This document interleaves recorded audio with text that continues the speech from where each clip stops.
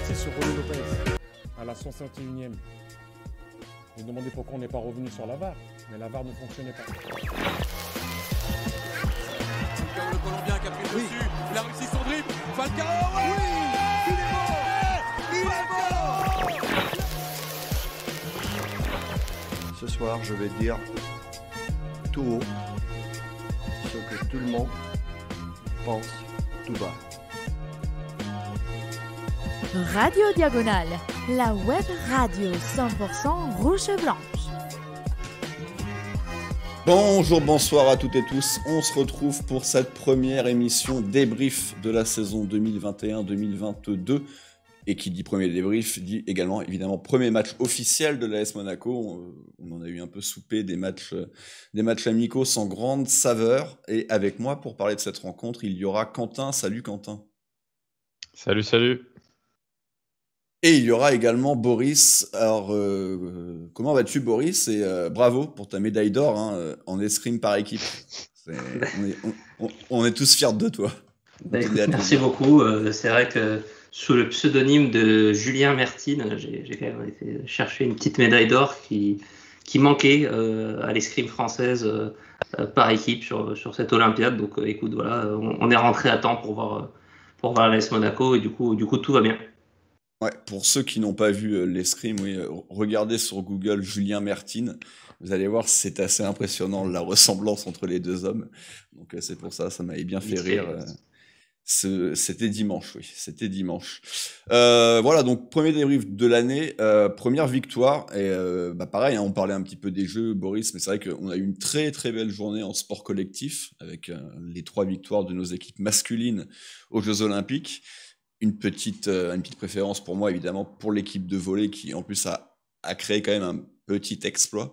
Et donc, on attendait que Monaco continue cette belle série. C'est chose faite, victoire 2-0. Quels sont tes 3 points de cette première rencontre? Mais mon premier point, il rejoint un petit peu cette ouverture habile que tu nous as fait sur les Jeux Olympiques. C'est qu'on se régale en ce moment à voir des mecs faire du tir au pistolet, de l'escalade, des sports un peu austères comme ça, du skateboard, etc., ou des sports plus connus comme le basket, le volley. On s'est régalé aujourd'hui, mais ça fait du bien aussi de retrouver un peu le pain quotidien que peut être l'AS Monaco. Moi, j'avais un peu volontairement fait l'impasse sur tous les matchs amicaux. J'attendais vraiment cette reprise officielle et ça fait quand même du bien parce que ça reste notre club qu'on suit au quotidien. Le deuxième point, c'est qu'en plus, on a vraiment, je trouve, retrouvé l'AS Monaco dans la continuité de là où on l'avait laissé, que ce soit en termes de joueurs, de toute façon, sur la feuille de match. Alors, certains se sont plaints du manque de recrutement. De toute façon, il n'y avait pas tellement de choix que d'aligner une équipe proche de celle de l'an dernier. Mais aussi, je trouve, dans le contenu, dans le déroulé du match, d'un match globalement très bien maîtrisé et remporté.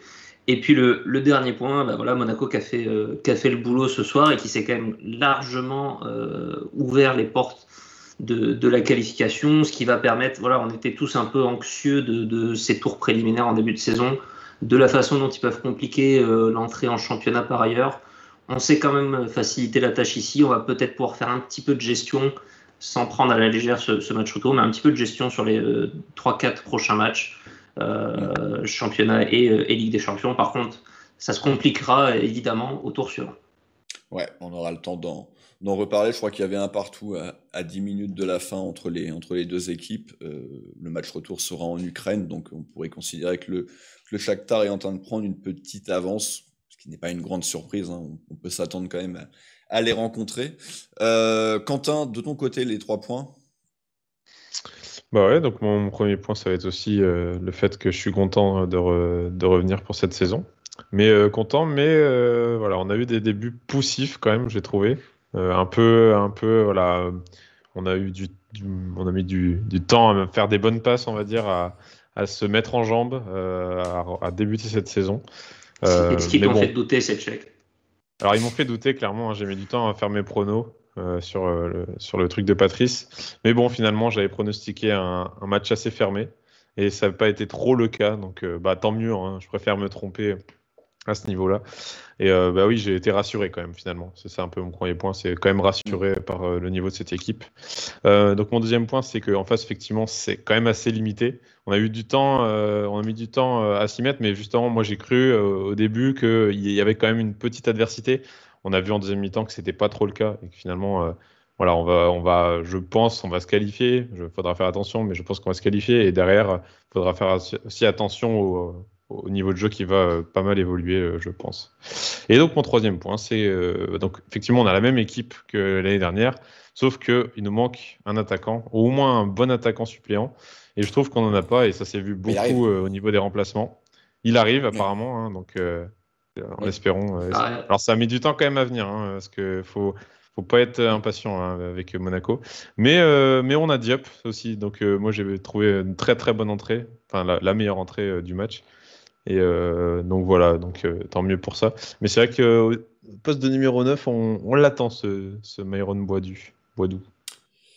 De mon côté, les 3 points, bah, je vais vous rejoindre. Un match globalement maîtrisé. Tu l'as dit, Quentin, le début de rencontre un petit peu en deçà, mais sans grand danger non plus. Également parce que les Tchèques ont été maladroits. Hein. Ils ont quand même une ou deux situations où si les attaquants arrivent à cadrer, ça aurait fait des vraies grosses situations. Mais leur maladresse nous a aidés en ce sens. Le deuxième point, ça sera un petit peu sur les certitudes qui restent et par rapport au mercato, à savoir qu'on a une défense centrale toujours flippante par moment, particulièrement à la relance. On a un Ruben Aguilar et plus globalement un côté droit qui est quand même très limité. On a par contre une paire de milieux de terrain de top niveau. Et on a deux attaquants, j'ai pas envie de les juger aujourd'hui parce que c'était leur match de retour, mais bon, et ils sont quand même toujours capables d'être des tueurs. Et puis pour terminer, évidemment, Golovin décisif déjà, et ça c'est une très bonne nouvelle. Donc voilà, on attend toujours qu'il y ait des arrivées au poste clé où j'étais pas forcément content ce soir. Donc toujours pareil, hein, défense centrale, côté droit, et un quatrième attaquant, parce que je considère que Boadiou arrive. Donc un quatrième attaquant, pour moi, ça serait assez important malgré tout avec le nombre de matchs qu'on va jouer. Et enfin, le dernier point, bah, voilà, c'est le nombre de matchs qu'on va jouer, bah, ça va commencer dès le mois d'août. Hein. On a un mois d'août clé, il faut se qualifier en Ligue des Champions. Le Shakhtar, a priori, ça va pas être simple. On va aussi enchaîner en championnat. Il va pas falloir perdre de terrain dès le début de saison et se retrouver ne serait-ce qu'à 4-5 points d'un PSG au bout de 3-4 journées. Donc il va falloir réussir à être bon sur les deux tableaux. On va voir, ça commence ce vendredi. On sera évidemment en live débrief dès la fin de la rencontre. On commence par Nantes, petite équipe, mais il va falloir enchaîner les bonnes performances et on va voir si physiquement les joueurs sont prêts pour ça. Messieurs, la compo d'équipe, Boris, moi, la vraie sensation que j'ai déjà, c'est que globalement, on a plus évolué dans un 4-4-2 qu'un 3-4-3 auquel on avait l'habitude l'année dernière. Et du coup, il en résulte peut-être la plus grosse surprise de cette compo, la non-présence de Djibril Sidibé.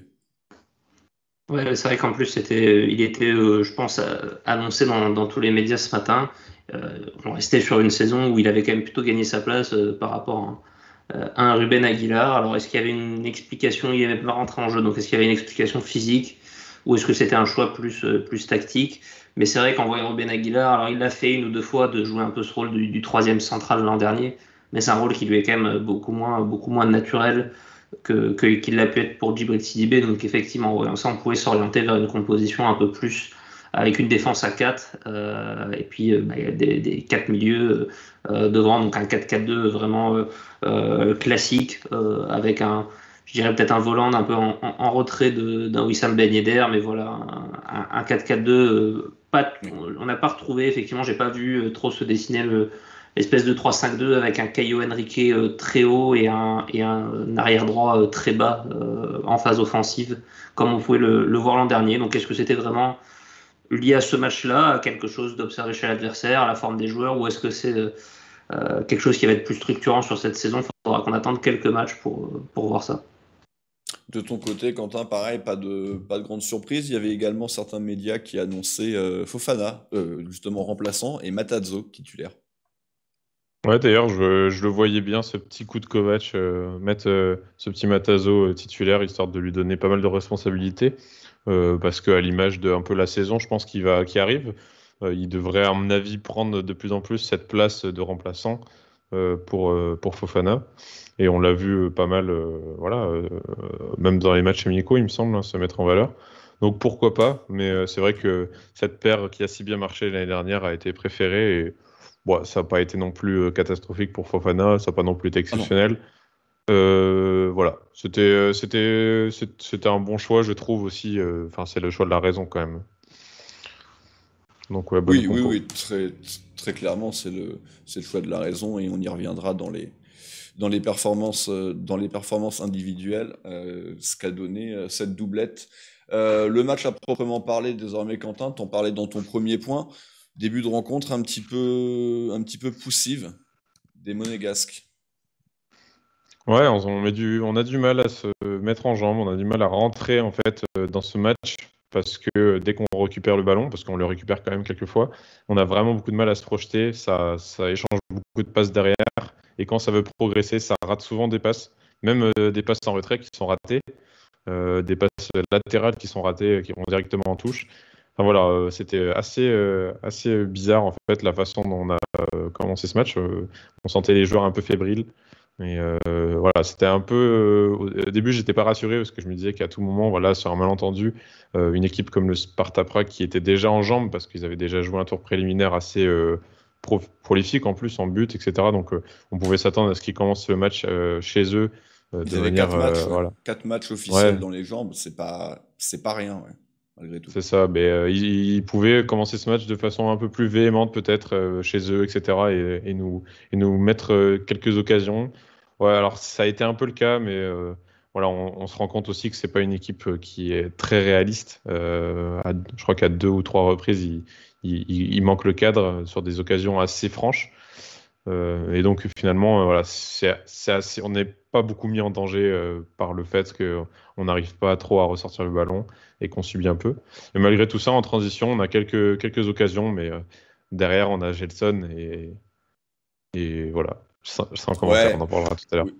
Oui, non, mais très clairement, c'est vrai, ce début de rencontre, on est un petit peu mis en danger sur coup de pied arrêté ou dans le jeu parce on a des gros soucis à la relance et particulièrement de notre paire de défenseurs centraux et également Nubel hein, qui a quand même un petit peu pêché à quelques reprises pendant la rencontre au pied. Donc, on nous l'annonçait comme un gardien très à l'aise au pied. Bon, ça s'est pas trop vu, on va dire, sur cette première rencontre. Donc, on a évidemment le temps d'en voir plus. Offensivement, tu l'as dit, ouais, Gelson va se procurer une occasion. Bon, bah évidemment, la frappe est complètement lunaire. C'était Golovin, le premier à s'être mis en action. Malgré tout, c'est vrai que Boris, cette première mi-temps, Monaco petit à petit va mettre son empreinte et son emprise sur la rencontre. Les joueurs tchèques vont doucement reculer. On le voit, hein, la possession globale est de 50-50. Le nombre de passes va être également assez équilibré sur l'ensemble de la rencontre. Mais malgré tout, la sensation dans le jeu que Monaco est petit à petit en train de renverser la situation. Et il y aura ce but de Tchouaméni qui viendra récompenser tout ça. Ouais, bah, la phase de doute, de flottement léger, hein, elle a duré peut-être 10, 15, peut-être 20 minutes, grand maximum. Et c'est vrai que Monaco a assez vite fait jeu égal, puis même pris le dessus légèrement jusqu'à prendre complètement le dessus sur des Tchèques qui petit à petit ne vont plus exister dans le match. Et c'est presque déjà le cas sur cette fin de première mi-temps. Et bon, c'est vrai que quand Monaco ouvre le score, de là à dire que c'est mérité, ce serait peut-être un peu exagéré. Monaco n'avait pas encore complètement pris l'ascendant sur ce match, mais il n'y a pas non plus, c'est pas non plus un but contre le cours du jeu. Voilà, c'est Monaco qui commence à installer et qui, sur corner, avec un très bon corner de Golovin. Et on salue toujours Damien à ce propos, forcément, quand Golovin réussit quelque chose, comme par hasard, il a raté le match ce soir. Sans sortir du banc. Parce que, voilà, sans sortir du banc. Voilà. Et très bien coupé par Aurélien Tchouaméni aussi, qui fusille complètement le pauvre gardien. Donc voilà, besoin d'un coup de pied arrêté, entre guillemets, pour ouvrir le score. Mais voilà, un coup de pied arrêté très bien exécuté. Monaco qui prend l'avantage et qui va plus jamais lâcher le match à partir de ce moment-là. Ouais, Tchouaméni qui est quand même aussi bien laissé seul par une défense tchèque un petit peu arrêtée. Bon, on va pas revenir plus que ça sur les événements d'après le but. Voilà, c'est d'une tristesse sans nom, encore une fois. Mais ne vous inquiétez pas, il y avait un protocole, donc tout va bien. Voilà, ils pourront continuer. Moi, je te linerai juste un truc à ce propos. J'ai beaucoup apprécié la réaction de Kovac, notamment à ce moment-là, que j'ai trouvé très proactif et très protecteur de son groupe. Vraiment, voilà, d'aller prendre le lead de la discussion avec l'arbitre, de tout de suite rassembler ses joueurs. Effectivement, le protocole, ce qui s'est dit exactement, ce qui s'est passé, que ce soit avec le public ou avec l'arbitre, on n'a pas, moi j'ai pas entendu, je saurais pas trop me prononcer là-dessus, mais au moins marquer quelque chose. Voilà, on laisse pas passer, on montre qu'il s'est passé quelque chose, qu'on réagit, et je pense qu'on a beaucoup vanté l'an dernier et mis en grande réussite de la saison le fait que le groupe suivait complètement Kovac, et je pense que c'est assez emblématique de pourquoi le groupe défend Kovac. C'est que voilà, alors c'était une sensibilisation qu'on avait déjà eu presque avant ce match. On pouvait s'attendre à des incidents dans ce stade, donc peut-être que le club et le staff s'y étaient préparés. Mais ça fait du bien de voir aussi, voilà, un coach qui se cache pas dans des moments comme ça. Et je suis persuadé que c'est des choses qui aident beaucoup aussi à souder le groupe et à lui donner de la crédibilité en tant que leader. Oui, non, mais je suis d'accord. La réaction de notre côté est la bonne, mais j'étais juste un peu plus ironique sur ce qui est mis en place, quoi. On sait très bien que en fait, rien ne change et rien ne bouge. Et c'est pas parce que tu fais un appel au micro qu'ils vont avoir des exclus de stade, et etc., quoi. Donc c'était juste par rapport à ça, quoi, que c'était un petit peu ironique. Monaco, voilà, en tout cas, qui mène 1-0 à la mi-temps, comme on l'a dit, c'est pas forcément ultra mérité, mais la fin de mi-temps étant plutôt à notre avantage. On a l'impression que le plus dur est fait, et Quentin, on l'a bien dit, la deuxième mi-temps sera quand même bien meilleure.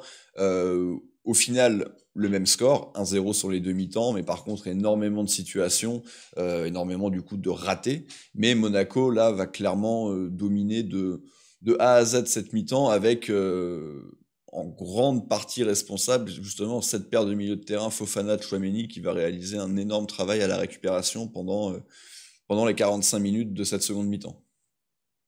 Ouais, c'est assez intéressant de voir justement que quand eux deux marchent bien, c'est vrai que toute l'équipe en fait fonctionne bien derrière. Quand ça ressort proprement et quand les ballons passent par eux ensuite pour arriver sur le front de l'attaque, on voit que vraiment tout se passe bien et tout. Enfin, on va dire que pas tout s'est bien passé au final, mais on va dire que les occasions étaient là, la possession était là, les actions étaient là, et derrière on arrive à se procurer pas mal d'occasions, comme tu l'as dit. Et voilà, c'est un peu peut-être dommage juste d'en vendanger autant. Mais ça rejoint un peu ce que je disais par rapport au manque d'attaquants, et peut-être aussi avec voilà, ces joueurs-là, on ne peut pas espérer autant de réalisme qu'avec des numéros 9, des purs numéros 9 ou voilà, des très bons finisseurs. Parce que voilà, derrière, on a Gelsen, on a Moussaba, on a ce genre de joueur, même Jacobs qui a tenté sa chance. Voilà, c'est vraiment le point qu'on devra même travailler derrière pour les prochaines rencontres et pour la suite de cette saison. Mais oui, c'est vraiment une mi-temps très encourageante à ce niveau-là. Et c'était autant défensivement aussi, on a été très solide et on a su récupérer les ballons vraiment à chaque fois quand il fallait. Et aucun, à part peut-être des relances un peu hasardeuses de notre part, donc c'est carrément de notre faute, notamment je pense à celle de Nubel. À part ça, vraiment, on ne se met jamais en danger. Et puis on a, voilà, comme tu l'as dit, deux milieux très solides. Et ça fait vraiment du bien. Et le deuxième but, Boris, il va intervenir peu de temps après l'entrée de Sofiane Diop, et il va être décisif. Tu peux nous raconter le but? Ça part encore une fois d'une superbe ouverture de Golovin, qui aurait pu être double passeur décisif ce soir. Ouais, une belle ouverture de Golovin qui, bizarrement, n'est pas bien conclue par Voland. Alors, c'est peut-être plus la situation fétiche de Ben Yedder, celle-là où il aurait réussi un petit piqué sur le gardien. Voland n'a pas cette réussite. Par contre, Sofiane Diop, effectivement, qui vient de remplacer Ben Yedder, ça on parlait de continuité de la saison dernière, il y a une chose qui ne change pas, c'est la sortie de Ben Yedder en premier. Et Sofiane Diop qui va faire preuve d'une grande combativité, qui va aller dédicace au basket, qui va aller prendre un rebond dans la raquette au milieu des grands Tchèques et qui va remettre sur Kevin Volland, qui cette fois par contre ne laisse pas passer l'offrande une deuxième fois. Et voilà, et ça fait 2-0 pour Monaco. Et là, c'est globalement mérité parce que Monaco a complètement pris l'ascendant sur le match. Les Tchèques n'existent plus. Et Monaco, d'ici la fin du match, on va même être largement plus proche d'un 3-0 que d'autres choses. Donc voilà, Kevin Volland qui repart sur des bonnes bases, lui aussi comme la saison dernière. C'est vrai que c'est dont on parlait à l'instant avec Quentin. Oui, voilà, c'est le petit bémol de ce soir, c'est l'efficacité dans la finition. Après, ça veut dire aussi qu'on s'est procuré beaucoup de situations, ce qui est plutôt également une bonne chose. On est en manque d'attaquants. C'est vrai que Jovetic est parti, même s'il brillait pas non plus par son efficacité devant le but. Mais voilà, ils se sont tous à peu près mis en évidence, pas mal les joueurs de côté, parce qu'évidemment Gelson, et on y reviendra, a eu quand même beaucoup de situations qu'il a eu tendance à évidemment très très mal gérer. Mais même Jacobs, en peu de temps de jeu, a eu une vraie grosse situation, pour le coup bien lancée par Gelson en plus, qui aurait pu faire un geste décisif ce soir. Moussaba même, qui lui pour le coup a vraiment joué très très peu, mais fait une action individuelle pas dénuée de qualité, mais la frappe par contre elle est dénuée de qualité totalement. Et puis c'est vrai qu'on n'en a pas parlé, Quentin, mais non, on en parlera sur les prestations individuelles parce qu'il y a quand même eu un événement en première mi-temps au niveau des frappes. Je pense que tu vas vite comprendre ce à quoi je fais allusion.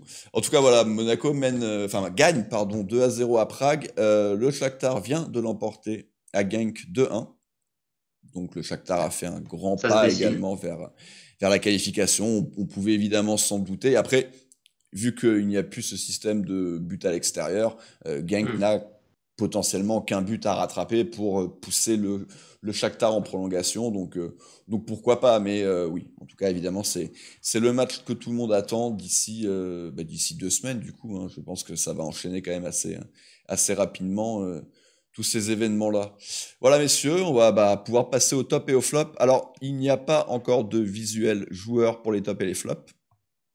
Donc, ne vous étonnez pas si rien ne s'affiche à l'écran, parce que les joueurs n'ont pas encore terminé, enfin plutôt le club n'a pas publié les nouvelles photos officielles. Donc j'avais la flemme de tout mettre dans le logiciel pour devoir tout changer dans quelques semaines. Donc on va faire ça à l'aveugle, mais Boris, Quentin, on s'est mis d'accord, on a les deux mêmes tops, c'est Tchouaméni et c'est Golovin. Peut-être Tchouaméni un petit ton au-dessus, Quentin? Ouais, carrément. Pour le coup, il a vraiment été efficace dans toute la durée du match. Il met le but. Effectivement, Golovin est décisif, mais il n'est pas aussi présent et pas aussi précieux vraiment qu'un Tchouaméni pendant tout ce match. Boris, une chose à rajouter sur Tchouaméni qui commence de la plus belle des manières sa saison, parce qu'en match amicaux, ça avait été un peu plus compliqué. On le rappelle, il s'était blessé. Ouais, effectivement, son but, c'est le genre de but qui est quand même si Monaco prenait l'ascendant, voilà, c'est mine de rien toujours ce but pour débloquer les rencontres. Il en marque mine de rien quelques-uns. On l'a déjà vu la saison passée. Donc voilà, c'est vraiment la saison de la confirmation pour lui. Il a pris un petit carton jaune à noter en deuxième mi-temps. Je ne sais pas du tout les règles des suspensions particulières dans ces barrages. Est-ce que ça peut justifier lui, Fofana aussi, il en a pris un au bout de 5 minutes, je crois. Est-ce que ça suffira à faire un peu de gestion au match retour? Je sais pas si un deuxième jaune là pourrait être suspensif contre le Shakhtar ou si c'est plus permissif que ça. Mais voilà, à côté de ça, dans un vrai match de patron, et si le Sparta petit à petit a pu exister, effectivement, c'est vraiment grâce à l'emprise de ce milieu. À noter que c'est un jeune très con quand même, parce que de frustration, etc. C'est pas trop ses habitudes. Ouais. Mais Ouais, mais tu l'as bien dit. Donc c'est vrai que la paire de milieu de terrain a pris a pris carton et Benoît Badiachil aussi à la 23e minute. Donc oui, c'est vrai qu'il faudrait se pencher peut-être un peu sur le règlement et pourquoi pas faire un C'est petit pas peu tourner. normalement l'homme des règlements là-dessus, donc malheureusement, il ne peut pas nous renseigner ce soir. Ce soir, il ne peut pas. Les flops, bon, vous l'avez tous compris, hein, ça sera évidemment Gelson Martins, Boris, qui a le mérite de se battre, qui a le mérite d'avoir beaucoup de situations, parce qu'il a quand même un gros volume de jeu. Mais par contre, qu'est-ce que c'est brouillon? Et les rares fois où il arrive à faire un bon contrôle, parce que oui, c'est arrivé, par contre, il est incapable d'enchaîner, quoi. Ouais, je pense qu'il s'est pas trop remis de son élimination en série du 400 mètres haie là, à Tokyo. Il a touché la 8e haie. Effectivement, voilà, difficile pour lui de se remettre. Le Cap-Vert qui attendait une médaille. Non, mais c'est vrai que pareil, on est dans la continuité et puis de ce que peut nous faire de Pierre Gelson. On l'a vu, c'est pas un joueur qui se cache, ça c'est sûr qu'on peut pas mettre ça à son débit. Maintenant, effectivement, le déchet est quand même terrible, que ce soit cette occasion dont on a parlé aux alentours de la 20e minute. Je repense aussi à une situation plutôt en fin de match. Alors, je sais plus si c'est au moment où il est passé neuf ou pas, où il y a une espèce d'action un peu litigieuse dans la surface. Je sais pas si vous en souvenez, où on aurait pu croire au penalty, mais où je me suis dit, en fait, il est tellement nul que l'arbitre a dû se dire, c'est lui qui a dû s'en mêler les pinceaux et qui a dû perdre le ballon. Même, c'est vrai qu'il y a quelques actions qui démarrent bien, mais ça finit systématiquement mal. Moi, c'est mon gros problème. Malheureusement, j'étais assez fan de l'équipe de la saison dernière. J'attendais pas trop de changements dans le 11. Il y a un poste pour moi qui est gênant, c'est ce poste de flanc droit. Que ça soit piston ou ailier droit, finalement, en 3-5-2, en 4-4-2, je trouve que c'est le poste où on est le plus démuni parce qu'on a trois solutions qui sont Aguilar, Gelson et Diatta. Et les trois, pour moi, sont... Alors, on va espérer, on avait dit qu'on laissait du temps à Diatta, on va lui encore lui laisser du temps. Mais sinon, sur les deux autres, je suis vraiment pas convaincu par les profils. Et voilà, et pour l'instant, on n'a pas mieux à mettre que Gelson, malheureusement. Donc, Ouais, c'est sûr qu'en l'état, si on et comme on a du nombre, je suis pas sûr qu'on recrute. Donc, je sais pas, c'est pas le poste sur lequel il y a le plus de rumeurs jusqu'à maintenant. Donc, j'ai peur qu'on doive s'y tirer d'autres. Ouais, non, c'est vrai. A priori, si on repart sur ce 3-4-3, oui, ça se jouerait entre ces trois joueurs-là. Avoir peut-être Jacobs pourrait peut-être évoluer de l'autre côté s'il donne satisfaction, hein. Bon, pour l'instant, il part comme remplaçant à gauche, mais bon, il peut se passer encore pas mal de choses. On va pouvoir passer maintenant au reste des prestats individuels. Et justement, on en parlait ce côté droit, donc c'est pour ça que je te réinterroge tout de suite, Boris. Ruben Aguilar, je ne sais pas trop quoi penser de son match. Il est combatif, hein, mais est-ce qu'il apporte réellement quelque chose? Non, alors après, c'est vrai qu'en plus, comme ils étaient deux couloirs droits et on lui a moins ouvert le couloir, qui est peut-être un peu les quelques bons matchs qu'il a pu faire chez nous dans cette configuration-là, en fait, où il pouvait vraiment prendre le couloir, percuter, dribbler, centrer. Aujourd'hui, il a moins eu à le faire. Je pense qu'il s'est vraiment concentré sur un rôle un peu plus tactique, un peu plus défensif, rester en place. Il n'y a pas eu d'erreur majeure d'un point de vue défensif. Il n'y a pas grand apport, effectivement, offensivement. Combinaison nulle, on va dire, avec Gelson. Hein. Il n'y a pas vraiment de plus-value à leur association. Donc, ouais, un match un peu terne, un peu insipide, mais pas grand-chose à en dire, quoi. Le gardien de but, Quentin, le compte absent, évidemment, hein, il revient de blessure, mais encore un petit peu court.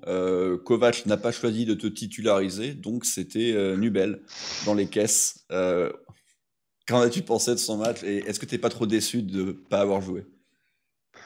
Ouais, un peu Il y a des déçu, sosies partout en ce moment. Je suis pas polonais, hein, notez quand même. Ouais, mais ça, Quand...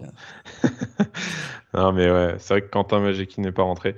Mais non, mais ouais, effectivement. Alors, enfin, il y a une polémique là, j'ai vu sur Twitter avec le compte, etc. Pour moi, là, c'était évident qu'on devait titulariser un Nubel, justement, dans le sens où c'est ça, il arrive quand même comme étant un titulaire en puissance parce que c'est quand même un joueur du Bayern, parce que voilà, c'est un joueur qui est un peu confirmé, enfin, qui a des références, on va dire, en Bundesliga, etc. Donc on l'attend beaucoup et on l'a pas vu aujourd'hui. C'était pas vraiment un match où on pouvait où il pouvait vraiment se mettre en valeur. Voilà. Il a essayé de se mettre en valeur lui-même, hein, en relançant un peu bizarrement et en arrêtant des frappes. Et finalement, il y a que 2 tirs cadrés. Voilà, je l'ai pas, franchement, à part son jeu au pied, on l'a pas vu. Et encore, pour un gardien qui arrive et qui est censé avoir un très bon jeu au pied, on peut s'attendre quand même à mieux. Donc, assez mitigé quand même. On va pas le mettre dans les flops non plus, évidemment, mais voilà, assez mitigé par ce premier match. Mais bon, c'est qu'un seul match à voir dans la durée et dans les prochains matchs. Mais c'est vrai que, bon, pour l'instant, c'est pas le genre de rencontre où on va le juger. La défense centrale, Boris, tantôt poussive, tantôt solide, tantôt maladroite, tantôt à droite non, parce que pour le coup, j'ai pas souvenir qu'il y a eu beaucoup de longues ouvertures. Vous avez une chanson de Louise Attaque. Non, mais on a l'impression qu'on répète toujours un petit peu les mêmes choses. C'est qu'elle a des vraies qualités, cette défense. Elle est jeune, elle est athlétique, elle est rapide, elle est forte physiquement, mais elle est aussi de temps en temps capable de débrancher un petit peu le cerveau. Et alors, Bayashi ne l'a pas trop fait, mais Disasi a eu un vrai début de rencontre compliqué. Ouais, bah, c'est vrai que lui aussi, un petit peu dans la ligne de sa fin de saison dernière, où il avait eu un peu de mal. Après une saison quand même globalement plutôt bonne hein, de Disasi, mais voilà, sa finale de Coupe de France notamment avait été vraiment venue ternir le bilan, sa fin de saison globale.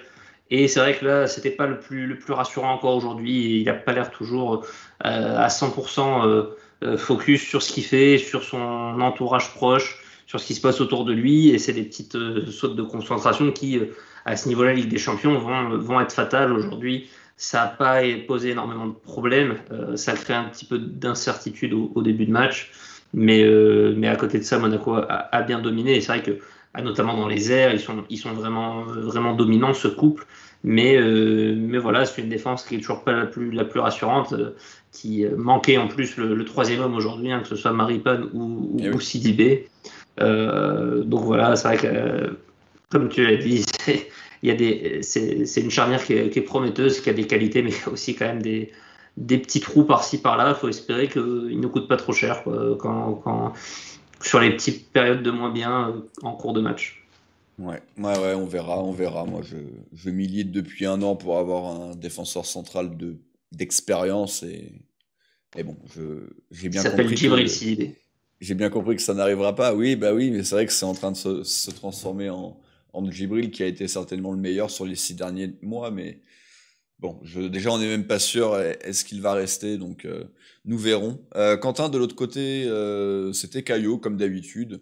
Caio qui devient une valeur sûre de l'équipe, sa prestation est pas XXL, mais il s'est un petit peu plus proposé que Aguilar, peut-être un travail défensif aussi un petit peu moindre que le français de l'autre côté, mais c'est vraiment une des valeurs sûres maintenant. Il n'y a plus à se poser la question. Le titulaire à ce poste-là, c'est lui.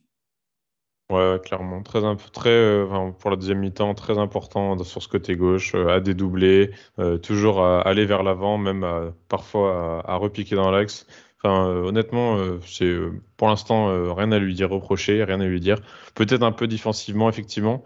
Au niveau de la première mi-temps, ouais, on l'a vu pas mal à recevoir le ballon dans le coin là et finalement lancer des gros taquets jusqu'au milieu de terrain, etc.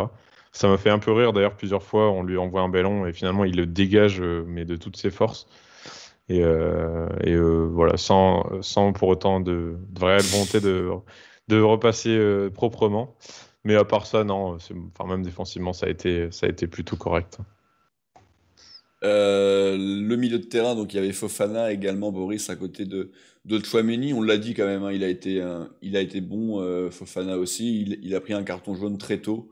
Il est évidemment moins adroit avec le ballon que Tchouaméni, mais c'est vrai que, je le disais tout à l'heure, il nous a fait quand même une frappe qui semblait se diriger tout droit vers les filets. Petit événement, et manque de peau, et c'est un défenseur qui s'est interposé. Ouais, la frappe était cadrée en tout cas. J'ai cru, mais malheureusement, il y avait un défenseur qui traînait par là. Ça serait beau, on l'attend ce but de Fofana. Mais ouais, prestation solide globalement de sa part aujourd'hui. C'est un vrai couple qui gagne aussi finalement à force de matchs accumulés en fait entre les deux. Ils se connaissent vraiment bien maintenant, ils sont complémentaires. Et j'espère vraiment qu'on aura l'occasion de voir ces deux joueurs en Ligue des Champions. C'est parmi ceux que j'ai vraiment envie de voir à ce niveau-là se tester, c'est peut-être les deux qui viennent en premier. Donc voilà, il a eu une saison parfois compliquée l'an dernier. Là, ça démarre plutôt bien. Il risque d'y avoir un peu plus à la fois concurrence, mais aussi de relève pour permettre peut-être un peu de souffler cette saison. Donc voilà, tant mieux. En tout cas, ça démarre bien. Golovin, Quentin, on en a parlé dans les tops, donc on va pouvoir passer au duo d'attaque, hein, un petit peu décevant. Folland a marqué son but, prouvant une nouvelle fois qu'il est quand même un vrai tueur devant le but, même si il a fallu qu'il se reprenne entre guillemets à 2 fois. Je sais pas, t'as envie de parler de l'attaquant allemand ou de l'attaquant français? Bon, peu importe, c'est vrai que les deux, ils ont été un peu. Alors, on va encore parler de ça, mais c'est vrai que des fois, on les voit pas. Bon, c'est des moments où forcément, ils sont un peu moins sollicités puisqu'on défend, etc. Mais après, ils ont chacun eu leur quart d'heure, leur moment où vraiment ils étaient omniprésents, notamment Ben Yedder qui nous sort quelques actions, etc. On sentait qu'il était un petit peu en deçà physiquement, Ben Yedder. Et Volland qui était malgré tout en jambes, qui a fait 5 minutes. Et effectivement, qui aurait pu mettre la première occasion. Là. Bon, il a eu une deuxième chance, heureusement. Mais sinon, ça fait du bien de le revoir aussi en forme. Et surtout, ils ont fait le taf. Donc voilà, ça a été quand même relativement une bonne prestation. Alors que je vois qu'on critique nos visuels. Ouais, moi je me dédouane complètement de ça parce que c'est pas moi qui m'en suis occupé. Hein. Moi je m'occupe que de la technique après. Et je m'occupe pas du visuel. Moi je m'occupe de. Ouais, on sait que t'as vu ça avec Damien. Non, après j'ai validé. Oui, parce que je sais pas. Mais en fait, c'est Ligue des Champions. Mais après, on vous prévient, pour le championnat, c'est pas non plus rouge. Hein. En fait, on en a un petit peu plein le cul aussi, que toutes nos émissions soient dans les rouges. Donc on voulait changer un petit peu. Écoute, il y aura peut-être des modifications seront faites. Damien n'est pas très disponible, donc on verra bien. Les remplaçants, sinon pour revenir à la rencontre, Boris Diop a fait une bonne rentrée. Il est décisif sur le deuxième but puisque c'est lui qui remet de la tête à Folland. Pour ce qui est des autres, ça a été plutôt tardif. Peu d'impact. Ouais, peu d'impact. On a vu Fabregas, on a vu pas tellement d'ailleurs, hein, une passe ratée un peu surprenante de sa part. Hein. Il y avait l'occasion de faire une première petite passe décisive pour sa part. Malheureusement, ça l'a pas fait. Et on a vu Moussaba et Jacobs qui ont couru, qui ont pas mal couru, qui ont fait des appels, mais qui n'ont pas montré des qualités de finition. On en a déjà parlé, hein, mais vraiment impressionnante. Je sais pas, Jacobs est vraiment appelé à être dans cette équipe, à être un relais de Caio Henrique, et pourquoi pas, comme aujourd'hui, aussi jouer sur un poste un peu plus offensif, d'ailier. Moussaba, c'est difficile à dire, il a été prêté depuis qu'il était chez nous. Est-ce qu'il est là temporairement en attendant que les attaquants arrivent, ou est-ce qu'il a un vrai rôle? Ce que j'ai vu m'a pas tellement plu aujourd'hui, mais c'est des joueurs qui sont là pour l'instant pour faire le nombre, pour permettre de faire un peu de turnover sur le début de saison. Donc voilà, il n'y a pas grand-chose de plus. C'est ça, on verra vendredi. L'avantage là, c'est on s'est un petit peu offert la possibilité de peut-être un tout petit peu faire tourner la semaine prochaine. Attention, hein, il ne s'agit pas non plus de galvauder le retour et de se retrouver rapidement mené 1-0 et du coup potentiellement assez rapidement dans la merde. Mais peut-être la possibilité de voir rentrer un Matarazzo, un Sidibé, peut-être un Diop également. Et puis il y a ce match vendredi. Un Jean-Lucas. Oui, un Jean-Lucas, c'est vrai qu'il va pouvoir commencer. Il ne pourra pas jouer le retour non plus. Donc, oui, mais on va peut-être pouvoir l'utiliser en championnat, lui, voilà, pour le coup. Donc ça peut être aussi une bonne chose. Et puis Boadou, oui, Boadou qui arrivera quand il arrivera. Hein. Il y a eu les photos avec le maillot, visiblement. Donc, il est déjà arrivé apparemment. Mais... Donc voilà, écoutez, hein, ça dure depuis longtemps. On a eu un peu peur que Nice nous le prenne. Moi, j'avais dit pendant la Gazette que j'étais plutôt séduit par son profil, donc j'étais un petit peu déçu de le voir partir potentiellement à Nice, sans être non plus complètement démoralisé par cette nouvelle. Donc c'est bien qu'il vienne. Après, j'ai toujours un petit peu de mal avec son agent et avec les agents globalement dans le foot. Donc ça, là, c'est quand même le petit truc qui me fait un petit peu chier. Si on doit donner encore de l'argent à ce mec qui sont... La soupe est bonne. Hein. Ouais, mais qui sont Et les il est en train de parasites. monter un petit business sur la Côte d'Azur entre Monaco et Nice, assez propre. Je pense qu'il il s'est fait la petite villa sur la Côte d'Azur là, cet été avec tous ses transferts. C'est les parasites du nouveau football. Les agents, il en faut, mais pas comme lui. Et puis, on les connaît tous. Hein, ils sont 4-5 à vraiment être un petit peu comme ça. Et c'est ceux-là qui posent problème. Donc voilà, bref, Boadou, on espère malgré tout qu'il va signer assez vite au club. Bon, bah messieurs, je crois qu'on a fait le tour de cette rencontre. Donc Monaco s'est imposé 2-0. Monaco est bien parti pour aller en barrage. Et c'est bien parti également pour que ça soit face au Shakhtar Donetsk. La prochaine émission, ça sera donc ce vendredi. La Ligue 1 revient. Monaco reçoit Nantes. Nantes qui était à 2 doigts de descendre en Ligue 2. Et ben non, on va rejouer Nantes en ouverture. J'ai l'impression que c'est un match qui arrive assez souvent en ouverture. En tout cas, c'était arrivé l'année de la. L'année, on n'était pas bien. Oui, on a voilà, gagné 3-1. C'est ça, voilà. C'était le mot que je cherchais. Et c'est également souvent en début de saison, hein, parce que l'année où on monte, c'était assez rapidement. On y était l'an dernier avec Quentin. Oui, voilà. L'année où on est champion, pareil, hein, on les joue assez vite parce que c'était avec une équipe remaniée, vu qu'on était pareil dans cette phase de barrage, etc.